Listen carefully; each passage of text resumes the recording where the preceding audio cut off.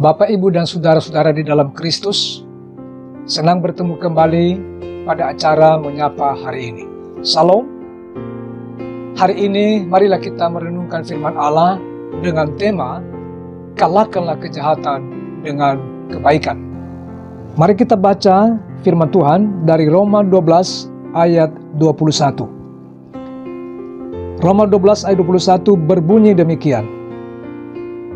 Janganlah kamu kalah terhadap kejahatan, tetapi kalahkanlah kejahatan dengan kebaikan. Terjemahan menurut bahasa Indonesia sehari-hari dikatakan di sana, janganlah membiarkan dirimu dikalahkan oleh yang jahat, tetapi hendaklah saudara mengalahkan kejahatan dengan kebaikan. Saudara-saudara, tema kita hari ini diperhadapkan dalam dua kehidupan, yaitu kejahatan dan kebaikan, bagaikan terang dan kegelapan. Alkitab menyebutkan ini sebagai anak-anak kegelapan dan anak-anak terang, anak-anak iblis dan anak-anak Allah. Perlu kita tahu bahwa surat ini ditujukan kepada orang Kristen yang ada di Roma, yang pada waktu itu sedang mengalami tekanan dan berbagai penganiayaan berat. Sehingga Rasul Paulus memberikan nasihat bahwa dalam segala keadaan termasuk dalam penderitaan berat, jangan kita kalah terhadap kejahatan, tetapi mari kita kalahkan kejahatan dengan kebaikan. Rasul Paulus menulis dari pasal 1 sampai pasal 11 memaparkan begitu bobroknya kejahatan dunia pada waktu itu, termasuk yang diperlakukan terhadap orang Kristen. Termasuk juga Paulus menyinggung tentang hukum Taurat orang Yahudi, bahwa melalui hukum Taurat tidak ada seorang pun yang dapat dibenarkan selain daripada Injil. Paulus mengatakan bahwa ia yakin sekali bahwa karena Injil, di dalam Injil itu manusia dibenarkan karena iman. Saudara-saudara yang saya kasih dalam Tuhan, sedangkan pada pasal 12 Rasul Paulus menasihatkan orang Kristen di Roma sebagai orang yang telah beroleh kemurahan, sebagai orang yang telah beroleh kasih karunia, yaitu keselamatan dari Allah oleh Kristus. Dia menasihati bahwa kita sebagai orang Kristen, sebagai orang yang telah beroleh keselamatan, harus mempunyai kehidupan yang melebihi, mempunyai kehidupan istimewa, melebihi daripada orang-orang yang belum percaya. Jadi nasihat yang telah kita bacakan tadi adalah salah satu bagian nasihat terpenting daripada Rasul Paulus. Rasul Paulus menasihati orang Kristen di Roma supaya mereka memiliki kehidupan yang melebihi dari orang-orang yang belum percaya. Dari nasihat ini adalah menekankan relasi orang percaya baik di antara sesama orang Kristen, sesama seiman, dan juga terhadap orang yang tidak seiman. Sebagai orang Kristen yang telah beroleh kemurahan, maka kalimat ini merupakan kewajiban, merupakan nasihat penting terhadap orang yang percaya. Rasul Paulus mengatakan, janganlah kamu dikalahkan oleh kejahatan, tetapi kalahkanlah kejahatan dengan kebaikan. Dari dulu sampai hari ini, kejahatan dan kebaikan sudah ada. Tapi perlu kita tahu bahwa kebaikan itu sudah duluan ada, yaitu dari Allah sendiri. Baru kejahatan itu muncul kemudian setelah manusia jatuh dalam dosa. Jadi boleh dikatakan kejahatan itu adalah merupakan lawan tanding dengan kebaikan. Kejahatan ini ingin merusak pekerjaan Allah yang sudah baik. Kejahatan ini ingin merusak kebahagiaan manusia yang Allah sudah anugerahkan. dalam perkembangan zaman, seiring dengan majunya zaman, kejahatan itu juga berkembang dengan cepat, canggih, dan berkembang segi dari bermacam-macam. Tidak asing lagi bagi kita tentang kejahatan di mana-mana. Kejahatan di bidang teknologi misalnya. Wah, mengerikan. Kejahatan di bidang perampokan dalam berbagai modus sekarang ini. Kejahatan yang melawan negara. Misalnya narkoba, korupsi, aborsi, termasuk juga kejahatan memperebutkan harta warisan. Ada kejahatan dalam persaingan bisnis. Ada kejahatan mengatasnamakan agama. Dan mungkin juga ada kejahatan di dalam gereja. Alkitab mengatakan bahwa akar segala kejahatan adalah cinta uang. 1 Timotius 6 ayat 10. Uanglah yang menyebabkan manusia melakukan berbagai kejahatan. Karena ketamakan manusia, karena kesombongan manusia, karena iri hati, karena egoisme manusia, kehausan akan kekuasaan, menyebabkan manusia melakukan kejahatan.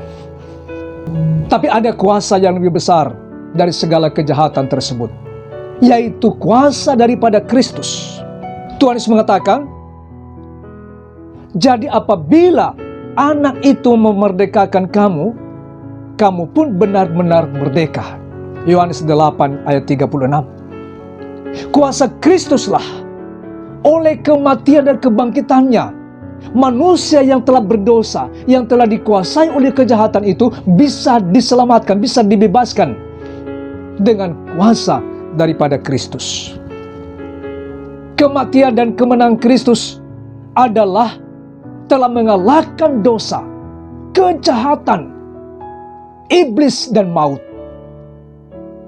Jadi setiap orang yang ada di dalam Kristus memberikan jaminan ada kemampuan bisa mengalahkan segala kejahatan. Saudara-saudara yang saya kasih dalam Tuhan, kejahatan itu memang dia mempunyai kekuatan. Tapi kita di dalam Kristus punya kuasa yang dari Allah. Kejahatan itu memang punya nafas panjang.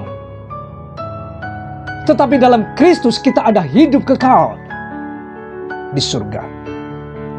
Kejahatan itu punya banyak siasat. Tetapi dalam Kristus kita punya hikmat yang bersumber dari Allah. Sehingga Paulus mengatakan, kalahkanlah kejahatan itu dengan kebaikan. Apa maknanya bagi kita? Yang pertama, mengalahkan kejahatan dengan kebaikan adalah kebutuhan setiap orang. Manusia butuh kebaikan. Sebenarnya manusia nggak butuh kejahatan. Tapi itulah yang terjadi, yang dialami oleh manusia. Mulai dari bayi itu dalam kandungan, ia butuh kasih sayang daripada seorang ibu. Setelah lahir dan makin besar, ia butuh kasih sayang orang tua, butuh pendampingan, butuh penuntunan. Sampai mereka sekolah, sampai berkeluarga, butuh orang lain, pertolongan orang lain, perhatian orang lain. Setelah beranak cucu pun tetap membutuhkan kebaikan orang lain. Dan kita lihat, sampai seseorang pun sudah meninggal dunia, dia butuh kebaikan orang lain untuk menguburkannya. Jadi sepanjang hidup manusia, sampai dia kembali ke tanah, ia butuh kebaikan. Sebagai ciptaan Allah yang mulia, makhluk sosial, marilah kita peka dan ambil bagian dalam mengalahkan kejahatan dengan kebaikan.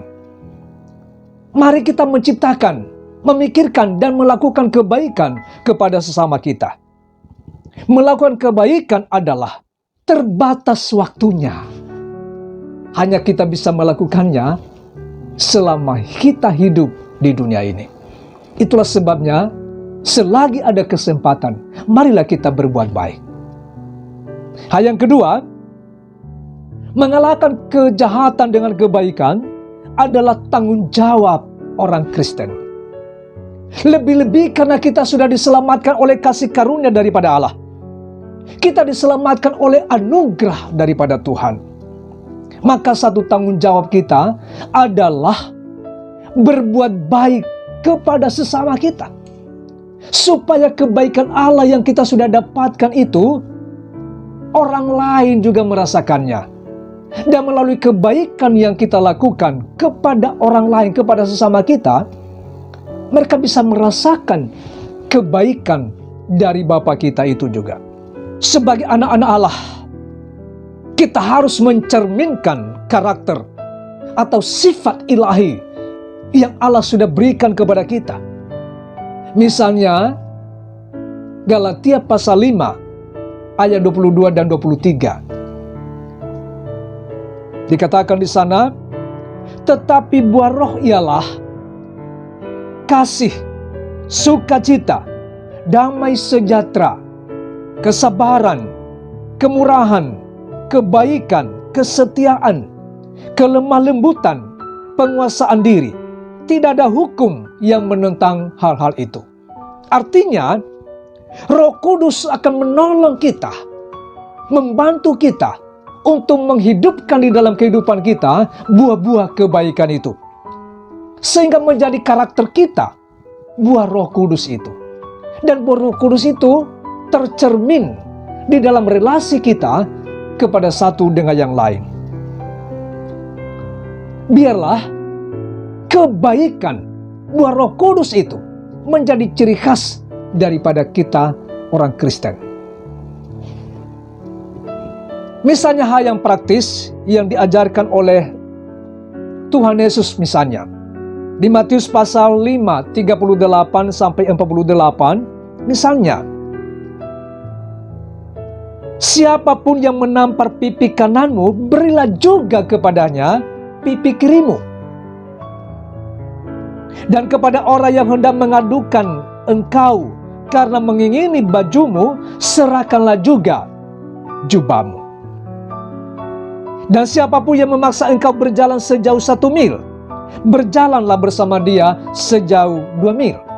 Berilah kepada orang yang meminta kepadamu, dan janganlah menolak orang yang mau meminjam daripadamu. Tuhan Yesus mengatakan, ayat 43, kamu telah mendengar firman, kasihlah sama manusia dan bencilah musuhmu. Tetapi aku berkata kepadamu, kasihilah musuhmu dan berdoalah bagi mereka yang menganiaya kamu. Ayat 48, karena itu haruslah kamu sempurna, sama seperti Bapamu yang di surga adalah sempurna. Saudara-saudara sekalian, mengalahkan kejahatan dengan kebaikan adalah tanggung jawab kita selama kita hidup di dunia ini. Yang ketiga, mengalahkan kejahatan dengan kebaikan hanya kita mampu oleh kemurahan Allah dalam Kristus. Kristus adalah teladan agung bagi kita. Ia telah mengajarkan kepada kita, dan Ia telah memberikan teladan agung bagi kita. Sebagai contoh, ini sangat nyata ketika Tuhan Yesus ditangkap dan diadili dan dijatuhi hukuman mati. Sepanjang pengadilan itu dikatakan, Ia tidak menjawab apa-apa. Ia tidak membela diri. Ia berdiam diri saja. Sama seperti nubuat Yesaya mengatakan, ia bagaikan domba yang dibawa ke pembantaian. Ia diam saja, ia menurut saja. Sampai ia ditendang, dipukul, dicambuk, mukanya diludahi, dan akhirnya disalibkan di Bukit Golgota. Di atas kayu salib, Yesus menyerukan ucapan yang pertama. Dia mengatakan, "Ya Bapa, ampunilah mereka, sebab mereka tidak tahu apa yang mereka perbuat." Inilah kebaikan, inilah kasih dari surga yang Tuhan Yesus sudah pertontonkan kepada dunia, kepada kita, orang percaya. Di dalam Lukas 23 ayat 47 dan 48. Ketika kepala pasukan melihat apa yang terjadi, ia memuliakan Allah, katanya, "Sungguh orang ini adalah orang benar." Dan sesudah seluruh orang banyak yang datang berkerumun di situ untuk tontonan itu, melihat apa yang terjadi itu, pulanglah mereka sambil memukul-mukul diri. Inilah buah kebaikan dan kasih daripada Kristus. Orang-orang itu, kepala pasukan yang menyaksikan itu, akhirnya mereka menyesal. Mereka sadar bahwa apa yang mereka lakukan adalah begitu jahat. Sedangkan Yesus telah melakukan kasih yang luar biasa. Kebaikan ilahi. Kebaikan dan kasih Yesus mempunyai dampak yang besar. Membuat orang-orang itu menjadi sadar dan memuliakan Allah. Paulus di dalam nasihat praktisnya, pada ayat sebelumnya, ayat 20, Roma 12. "Tetapi jika seterumu lapar, berilah dia makan.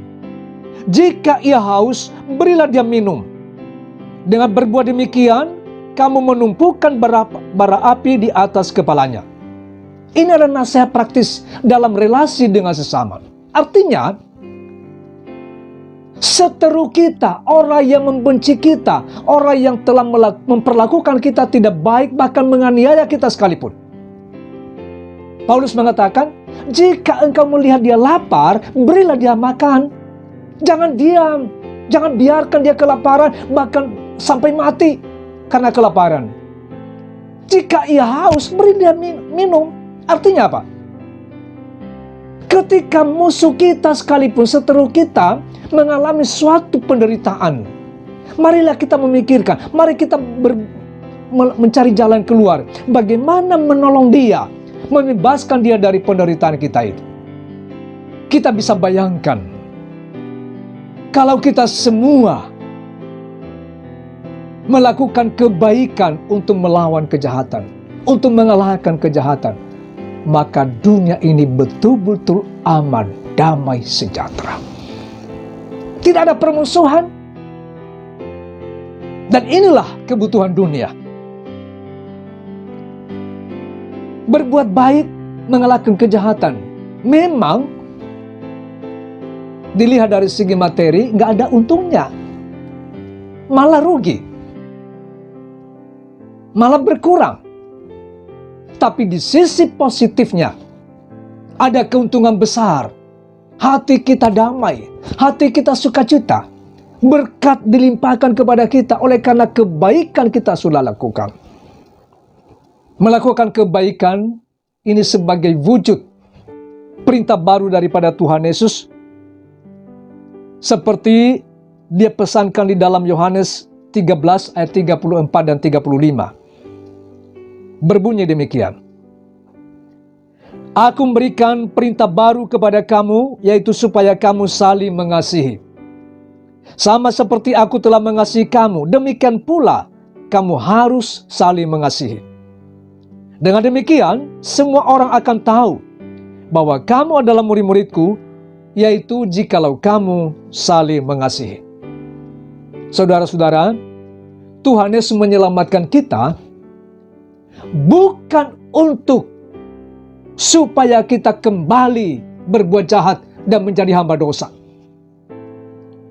tetapi supaya kita menikmati kebahagiaan, damai sejahtera, dan sukacita. Dan untuk itulah kita masih ada di dalam dunia ini, supaya kita hidup di dalam kasih, melanjutkan kebaikan-kebaikan Allah yang Ia sudah berikan kepada kita.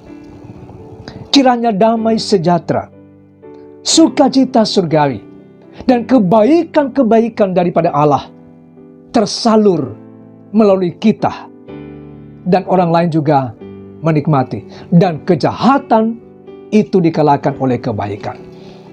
Kiranya Tuhan Yesus memberkati kita. Amin.